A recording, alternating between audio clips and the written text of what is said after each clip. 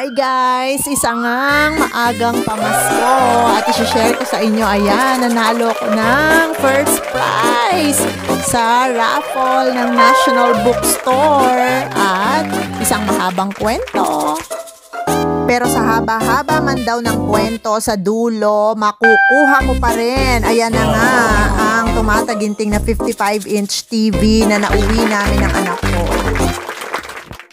Isa talagang advance Merry Christmas ito. At eto na nga ang unang-una naming ginawa pagdating sa bahay. Pina-repair namin yung lalagyan namin ng TV kasi hindi na kasya dyan ang aming bagong 55-inch TV. Kaya kailangan medyo luluwagan na nila. At may pa-unboxing pa tayo ng TV. Dahan-dahan kami, baka bago pa ma-install si Rana. Ayan na nga, dalawa na silang nagbubuhat nga, nahihirapan pa sila. Paano pa kaya kung kami lang yung gumawa? Buti na lang talaga, nandyan si na kuya para tulungan kami. Mahaba nga ang kwento niyan bago namin nakuha at naiuwi ang TV-ng panalo namin. Pero sisimulan ko na habang tinitingnan at pinapanood natin ang pag-i-install. So ayun na nga, isang araw, kailangan ko pumunta sa SM at magpa-print ng aking mga documents. Ngayon, dahil nagpa-print ako, kailangan kong bumili ng at least plastic envelope man lang na lalagyan ng mga pinaprint ko. So, nag-decide ako, punta ako ng National Bookstore. Pagdating sa National Bookstore, akalain mo ba naman dun sa may cashier, naka-display ang pangalan ko doon. Nanalo daw ako ng TV! Nakalimutan ko na nga yung raffle na yan na sinalihan ko nung start of classes pa. At yun na nga, hindi ko na inaasahan, hindi ko na ine-expect. Ngayon, nanalo pala ako. So, eto ang siste. Hinahanap nila yung confirmation email ko daw na pinadala to notify me na nanalo ako. Hinanap ko, wala ako na-receive. Pag uwi ko ng bahay, hinanap ko yung mga stub. Feeling ko na itapon ko na kasi hindi ko in-expect yan. So, na-lose hope na ang lola mo. At buti na lang, pagdating ng anak ko from school, siya pala ang nakapagtago ng mga stub. Akalain mo. Eh di happy na ako. So, ayun na nga, bumalik ako sa store, sa National Bookstore at dala-dala ko ang mga stub with my valid IDs. And, ayun lang ang sinabi nila, hindi na raw proof ang stub ngayon. Kailangan confirmation email ang proof to claim the prize. So, since hindi ko nga na-receive, sabi nila, tatawagan nila ako, hiningi yung mga contact details ko, baka possibly i-resend, I don't know. So, wait lang daw ako. So, umuwi na ako.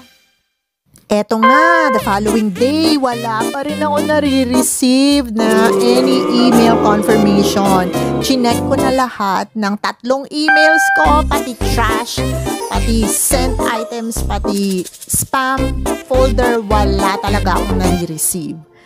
And, tinawagan na ako ng store manager at tinatanong nga, ina-update kung talagang hindi ko pa daw ba nare-receive yung confirmation. At isa lang naman ang sagot ko dyan, hindi pa. At alam nyo ba na sabi ng store, nung nagpunta ako the other day, nang makita ko nga yung pangalan ko doon, sabi, ako na lang daw ang hindi nagkiklaim ng prize na yan. At baka iparaffle na nila ulit ngayong December kasi hindi ko pa rin kiniklaim. Malay ko ba, wala nga ako nare-receive. Pero totoo nga talaga ang kasabihan. Kapag para sa'yo, para sa'yo.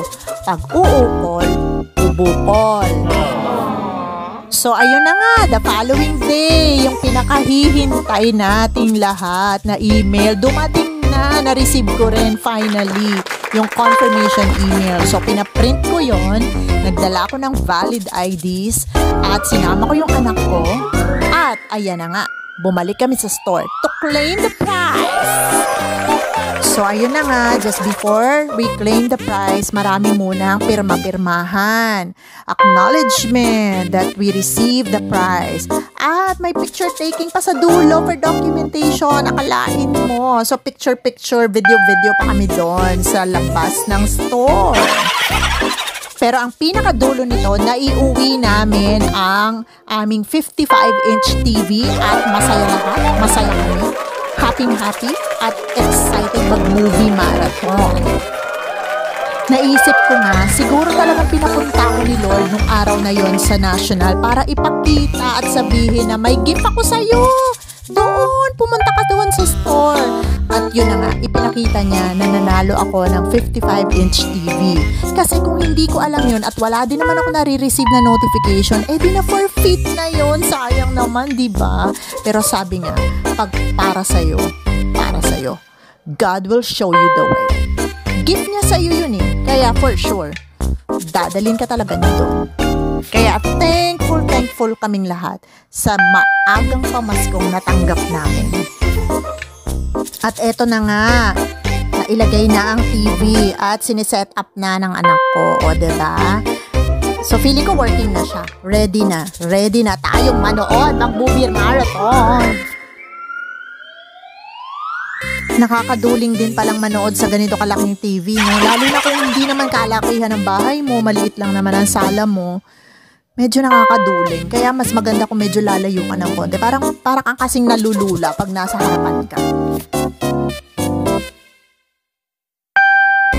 Ayan, nagbukas na ng YouTube ang anak ko. So mukhang ang next nito Spotify na.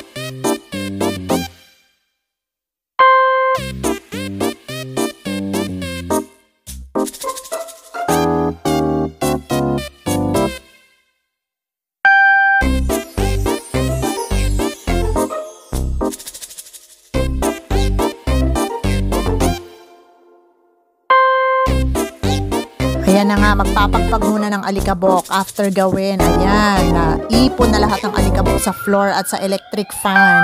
Kaya konting linis-linis muna.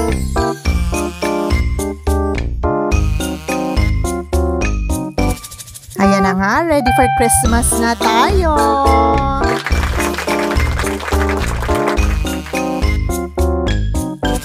At ngayon, isang baon serye edition naman!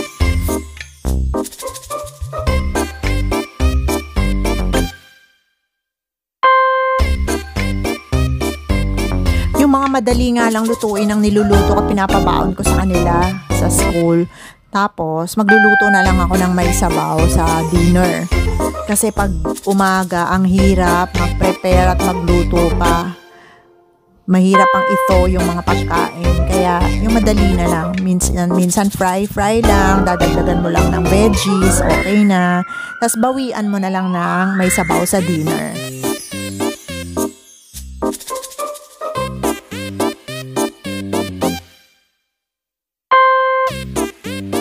So, ayan guys. So, thank you for watching again. See you next time.